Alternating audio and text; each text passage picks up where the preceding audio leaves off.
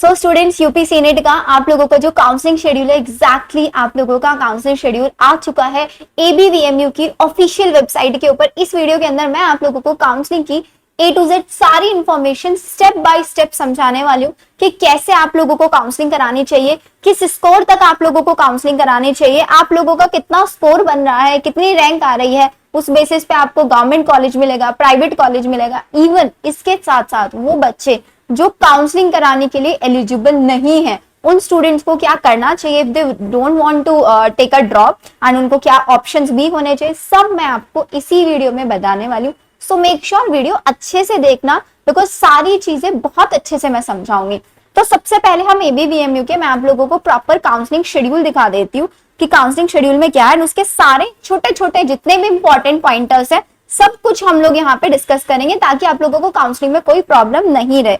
तो आप लोगों का जो एबीवीएमयू का काउंसलिंग है, बीएससी नर्सिंग यूपीसी नेट का आपने एग्जाम दिया था, तो उसका जो काउंसलिंग है वो आपका स्टार्ट होने वाला है 2 जून and this is the first entrance exam जिसकी ऑन टाइम काउंसलिंग हो रही है, ऑन टाइम रिजल्ट अनाउंसमेंट, सब कुछ बिल्कुल स्ट्रीमलाइन चल रहा है।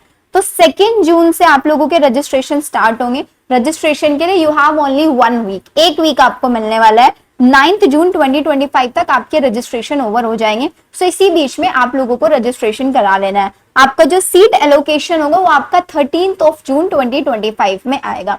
अब मैं आपको सारी चीजें बिल्कुल हैंड रिटन बहुत शॉर्ट में समझाने वाली हूँ। तो सबसे पहले आपको एक चीज समझना है, काउंसलिंग होता क्या है। देखो बहुत बेसिक सी चीज है, काउंसलिंग कौन कौन स्टूडेंट करा सकता है। सो वो स्टूडेंट्स काउंसलिंग, सारे वो स्टूडेंट्स काउंसलिंग करा सकते हैं जिनके मेरिट में लाइक जिनका स्कोर कार्ड बन के आया है। स्कोर कार्ड में नीचे लिखा है क्वालिफाइड फॉर काउंसलिंग, लिखा हुआ होगा आप लोगों के नीचे इसमें, तो वो सारे स्टूडेंट काउंसलिंग करा सकते हैं। अब उनमें से भी कुछ स्टूडेंट ऐसे होंगे, लाइक ऐसा तो नहीं है ना कि हर किसी को सीट मिलेगा, सबको सीट नहीं मिलेगा। तो उनमें से भी मैं आपको सजेस्ट करूंगी if you are scoring more than 50, अगर आपका स्कोर 50 से ज्यादा आ रहा है तो आप काउंसलिंग जरूर कराएं। मैम काउंसलिंग में एक्सपेंस कितना आएगा, तो काउंसलिंग में आपका एक्सपेंस 500 रुपीज का आएगा सिर्फ और सिर्फ।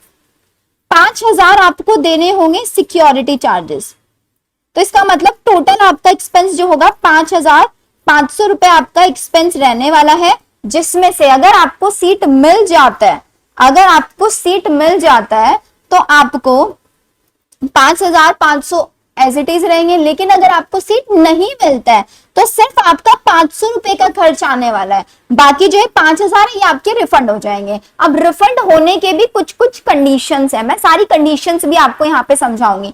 तो आपकी जो काउंसलिंग होगी, आपकी जो काउंसलिंग होगी ये 3 राउंड में होगी। सबसे पहले होगा हमारा राउंड 1, फिर होगा हमारा राउंड 2 एंड फिर होगा आपका मोपअप राउंड, जिसको आप राउंड 3 भी बोल सकते हैं। दिस इज सेम, ठीक है। तो सबसे पहले क्या कराना है, आपने रजिस्ट्रेशन करना है। रजिस्ट्रेशन करने के बाद आपको चॉइस फिलिंग करनी है। अब चॉइस फिलिंग कैसे करनी है, तो बेटा चॉइस फिलिंग में आप जितने ज्यादा से ज्यादा हो सके मैक्सिमम से मैक्सिमम कॉलेजेस डालेंगे। आप सबसे पहले सारे गवर्नमेंट कॉलेजेस, 23 गवर्नमेंट कॉलेज है, 23 के 23 गवर्नमेंट कॉलेजेस आप डालोगे। इसके बाद मैंने अभी एक रिसेंटली वीडियो बनाया था जिसके अंदर मैंने बच्चों को समझाया था कि आपको प्राइवेट कॉलेजेस को कैसे सेलेक्ट करना है। उसके बाद आप सारे प्राइवेट कॉलेजेस डालोगे जिस कॉलेज में आप जाना चाहते हो।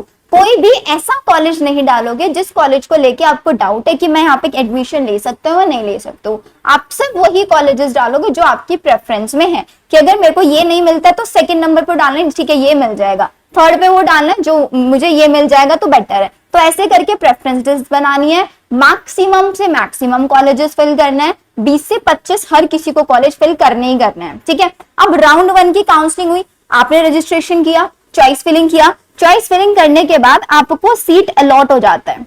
बहुत ध्यान से समझना, आपको सीट अलॉट हो जाता है और वो सीट आपको पसंद आ जाता है तो आपको क्या करना है, जो भी आपको सीट अलॉटमेंट लेटर मिला उसको निकलवाना है। सारे डॉक्यूमेंट्स के ऊपर मैं एक वीडियो बना दूंगी पूरी की पूरी कि आपको जब आप काउंसलिंग के लिए जाएंगे रिपोर्टिंग के लिए तो आपको कौन कौन से डॉक्यूमेंट्स लेके जाना है। तो आपको सारे डॉक्यूमेंट्स लेके उस कॉलेज में फिजिकली रिपोर्ट करना है, सबमिट करा देना है और आपको आपका सीट मिल जाएगा। अब यहाँ पे एक चीज है कि सीट की एक्सेप्टेंस फीस है। आपको सीट मिल गई और आप उस सीट को एक्सेप्ट करना चाहते हैं तो आपको ऑनलाइन पोर्टल के थ्रू 40,000 फीस पे करनी पड़ेगी सीट एक्सेप्टेंस की। अगर आप 40,000 फीस पे नहीं कर पाए इन ड्यू टाइम तो आपकी जो राउंड 1 में सीट आपको मिली वो आपकी कैंसिल हो जाएगी। ठीक है, अब बात कर लेते हैं वो बच्चे जिनको सीट नहीं मिली, कोई सीट अलॉटमेंट नहीं हुआ, उनको क्या करना है? क्या उनको राउंड 2 में फिर से रजिस्ट्रेशन करना है? नहीं, उनको सीधा वो राउंड 2 में चले जाएंगे, क्योंकि राउंड 1 में सीट नहीं मिला तो आप सीधा राउंड 2 में चले जाएंगे। राउंड 2 में सीट मिलता है तो रिपोर्टिंग करो, 40,000 फीस पे करो एंड उसके बाद आप लोगों का आपकी सीट ले लो। बाय चांस राउंड 2 में भी नहीं मिली मैम तो क्या करेंगे?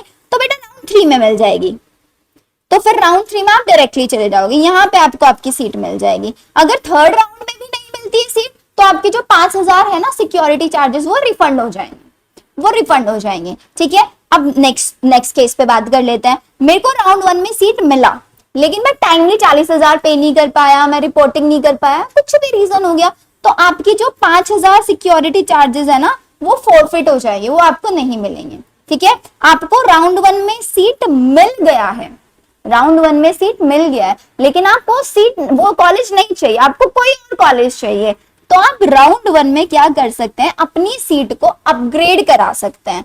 आप अपनी सीट को अपग्रेड करा लो। तो अपग्रेड कैसे कराना है, कैसे नहीं कराना है, सब कुछ स्टेप बाय स्टेप मैं आपको इसी चैनल पे समझाऊंगी। सो मेक श्योर चैनल पे आपको कनेक्टेड रहना है। तो राउंड 1 से आप सीधा राउंड 2 में अपग्रेड करा सकते हैं, तो आपको आपकी मर्जी वाला कॉलेज मिल जाएगा और जो राउंड 1 में मिला था वो आपका कैंसिल हो जाएगा। अगर मैम मुझे मेरी मर्जी वाला कॉलेज नहीं मिला राउंड 2 में तो आपकी जो राउंड 1 वाली सीट है, मैं चाहता हूँ कि मुझे राउंड 2 में नहीं मिला, मेरी राउंड 1 वाली सीट एज इट इज रह जाए तो वो एज इट इज रहेगी।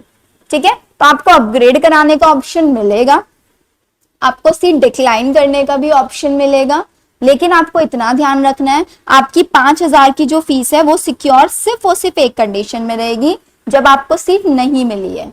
अगर सीट मिल गई है, आप लेना नहीं चाहते तो सिंपली सीट को डिक्लाइन कर दो, सीट को डिक्लाइन कर दो, आपकी फीस वापस मिल जाएगी। इतनी चीजों का ध्यान रखना है। ये 3 राउंड है, मैक्सिमम से मैक्सिमम आपको क्या करना है? चॉइस फिलिंग करना है। अब चॉइस फिलिंग कैसे करना है, प्रेफरेंस लिस्ट कैसे बनाना है, रजिस्ट्रेशन कैसे करना है, कल से आप लोगों का ये प्रोसेस स्टार्ट हो रहा है। स्टेप बाय स्टेप सारी चीजें मैं आपको अपने ही चैनल पे प्रोवाइड कराऊंगी, पूरा preference list step by step हर एक चीज। इफ यू आप इंटरेस्टेड होंगे तो मैं लाइव सेशंस भी कंडक्ट करूंगी आप लोगों के लिए। लाइव सेशंस में मैं आपको समझाऊंगी कि कैसे आपको सारी चीजें स्टेप बाय स्टेप करके चलनी है। तो ये हमारा पूरा का पूरा शेड्यूल बन के आया है। आपको आई थिंक काफी हद तक क्लैरिटी हो गया होगा।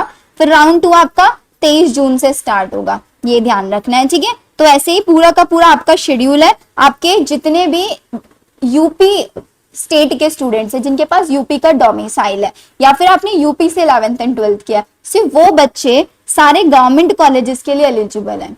SGPM, KGMU, RMLIMS, PUP, UMS, LLRM, इन सब में एलिजिबल है। लेकिन अगर आप आउट ऑफ द स्टेट हैं तो आप प्राइवेट नर्सिंग के लिए यहाँ पे एलिजिबल हैं। गवर्नमेंट सीट सिर्फ और सिर्फ यूपी स्टेट स्टूडेंट्स के लिए है, private seats all over the India कहीं से भी कर सकते हैं। एलिजिबिलिटी क्राइटेरिया सबको पता ही है, हम लोगों ने एग्जाम दिया था। अब बात आ जाती है मैम कॉलेजेस की लिस्ट, हॉस्टल है, ट्रांसपोर्ट फैसिलिटीज, सब कुछ हम कहाँ चेक करें? INC की ये लिस्ट है, मैंने लास्ट वीडियो में स्टेप बाय स्टेप समझाया है। पूरी INC की लिस्ट आपको अपने टेलीग्राम चैनल पे प्रोवाइड कराई हुई है, वहां से उठा लो उसको। ठीक है, एक एक कॉलेज को कैसे चेक करना है, कैसे पता करना है कि कॉलेज के क्रेडेंशियल्स क्या है, कॉलेज अच्छा है नहीं है, किस एरिया में, स्टेप बाय स्टेप सब कुछ बताया हुआ है। वो वीडियो मैं ऊपर यहाँ पे आई सेक्शन में पिन कर रही हूँ, वहां से उसको एक बार देख लेना। कोई भी डाउट होगा you can ask me in the comment section. मेरे पास बहुत सारे बच्चों के DMs भी आते रहते हैं व्हाट्सएप पे। मैं टाइमली अभी तक आप लोगों को रिप्लाई नहीं दे पा रही थी because I was busy in the AIIMS nursing entrance exam. लेकिन अब एम्स नर्सिंग का एंट्रेंस एग्जाम हो चुका है, अब मेरा पूरा फोकस सिर्फ और सिर्फ काउंसलिंग प्रोसीजर्स पे ही रहेगा। आपको व्हाट्सएप पे भी मैं ट्राई करूंगी रिप्लाई देने का, एंड इवन वीडियो के हर कॉमेंट सेक्शन में तो रिप्लाई मिलेगा ही मिलेगा। ठीक है, तो ये हमारे पास इतनी सारी चीजें हैं। डॉक्यूमेंट्स के ऊपर मैं आपकी एक प्रॉपर वीडियो बना दूंगी कि ये आप डॉक्यूमेंट्स अभी से प्रिपेयर करा के रख लो, क्योंकि आपको रिपोर्टिंग के लिए बहुत ज्यादा इतना ज्यादा टाइम नहीं मिलता कि आप उस टाइम पे जाके रिपोर्टिंग कराओ। बाकी सारे स्टेप्स अपग्रेड कैसे कराना है, कैसे नहीं कराना है, सब कुछ मैंने आपको समझा दिया है। सो आई थिंक अब आप लोगों के और कोई डाउट नहीं होगा। फीस बता दिया आप लोगों को, कैसे करना है, कॉलेजेस का लिस्ट बता दिया। This is more than enough जो आपको पता होना चाहिए। अब इसके बाद नेक्स्ट चीज आ जाती है, मैम आपने बोला था कि आप बताओगे कि जो बच्चे जिनका काउंसलिंग के लिए एलिजिबल नहीं है उनको क्या करना है। तो जो नॉट एलिजिबल स्टूडेंट्स है ना, तो मैं उनको दो ऑप्शंस बताती हूँ। नॉट एलिजिबल स्टूडेंट्स जो हैं उनको मैं दो ऑप्शंस बताती हूँ। आप क्या कर सकते हो, अभी भी दो ऑप्शंस हैं आपके पास। पहला चीज, अगर आपने नीट का एग्जाम दिया था, if you have given the NEET entrance exam और आपका स्कोर 350 प्लस आ रहा है, तो आप एमएनएस का फॉर्म जरूर फिल करना, मिलिट्री नर्सिंग सर्विस का। ठीक है, आपको अगर लग रहा है कि मुझे नर्सिंग के अलावा मैं पैरामेडिकल में जा सकती हूँ, तो एक कॉलेज है सिर्फ एसवी निर्तार, ये स्वामी विवेकानंदा करके कॉलेज है।